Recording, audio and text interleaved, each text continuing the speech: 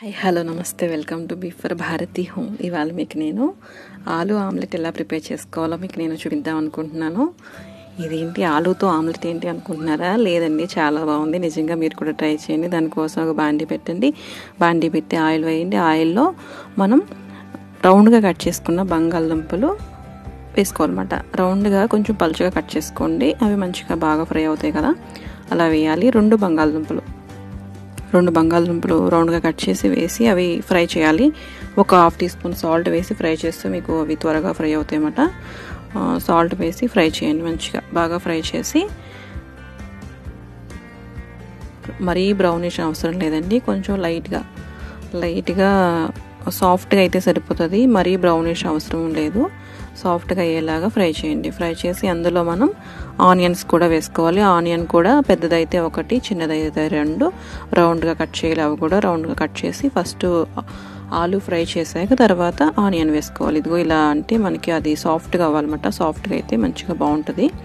మరీ ఫ్రై అవసరం లేదు, బ్రౌనిష్ కలర్ అవసరం లేదు. ఆనియన్ కూడా రౌండ్గా కట్ చేసి వేసుకోవాలి. ఒక 2 పచ్చిమిరపకాయలు చిన్నగా కట్ చేసుకోవాలి. ఇదిగో ఆనియన్ కూడా రౌండ్గా కట్ చేసి వేసేయాలి. వేసి దాంట్లో ఒక 2 పచ్చిమిరపకాయలు చిన్నగా కట్ చేసి వేసి అవి కూడా మంచిగా బాగా ఫ్రై చేసుకోవాలి. మనకి బంగాళదుంప అనేది కొంచెం సాఫ్ట్గా కావాలి. ఇలా అంటే సాఫ్ట్గా అయ్యేలా చూసుకోవాలి. సాఫ్ట్గా అయింది కాబట్టి అవి మనం ఒక సైడ్ పెట్టేసుకోవాలి. సైడ్ పెట్టేసి దాంట్లో ఇప్పుడు మనం ఎగ్ మిశ్రమం ఉంటుంది కదా, దానికోసం ఏం ప్రిపేర్ చేసుకోవడానికి ఒక బౌల్ తీసుకోండి. బౌల్ తీసుకుని అందులో హాఫ్ టీ స్పూన్ సాల్ట్ వేసుకోండి. హాఫ్ టీ స్పూన్ సాల్ట్ వేసుకొని హాఫ్ టీ స్పూన్ కారం వేసుకోండి. మీకు స్పైసీగా కావాలంటే ఒక 1 స్పూన్ అయినా వేసుకోవచ్చు. వేసి దాంట్లో హాఫ్ టీ స్పూన్ కన్నా తక్కువ పసుపు వేసుకోండి. జింజర్ గార్లిక్ పేస్ట్ వచ్చేసి అల్లం వెల్లుల్లి పేస్ట్ ఒక హాఫ్ టీ స్పూన్ వేసుకోండి.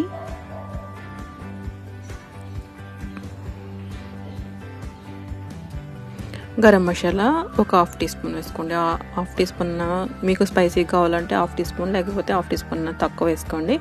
వేసి దాంట్లో కొంచెం వాటర్ వేసి దాన్ని బాగా మిక్స్ చేయండి. స్పూన్తో కానీ ఫోర్క్తో కానీ దేనితోనే సరే మంచిగా అది సాల్ట్ అంతా కరిగేలా మిక్స్ చేసి అందులో మనం 2 eggs వేసుకోవాలన్నమాట.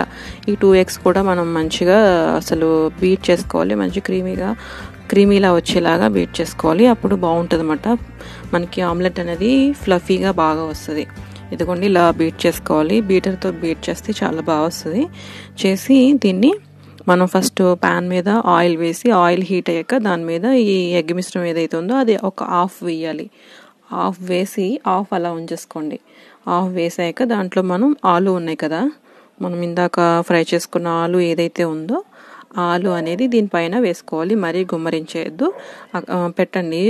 ఆలు అనేది రౌండ్గా కట్ చేసాం కాబట్టి అలా పరచండి. వాటిని పరిస్తే మీకు ఆమ్లెట్ అనేది ఫ్లఫీగా బాగా వస్తుంది అన్నమాట.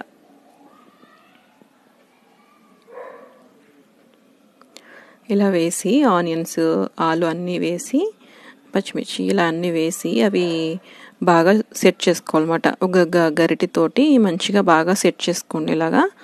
ఇలా సెట్ చేస్తే మీకు ఆమ్లెట్ అనేది బాగా వస్తుంది, ఫ్లఫీగా వస్తుంది, చాలా బాగుంటుంది.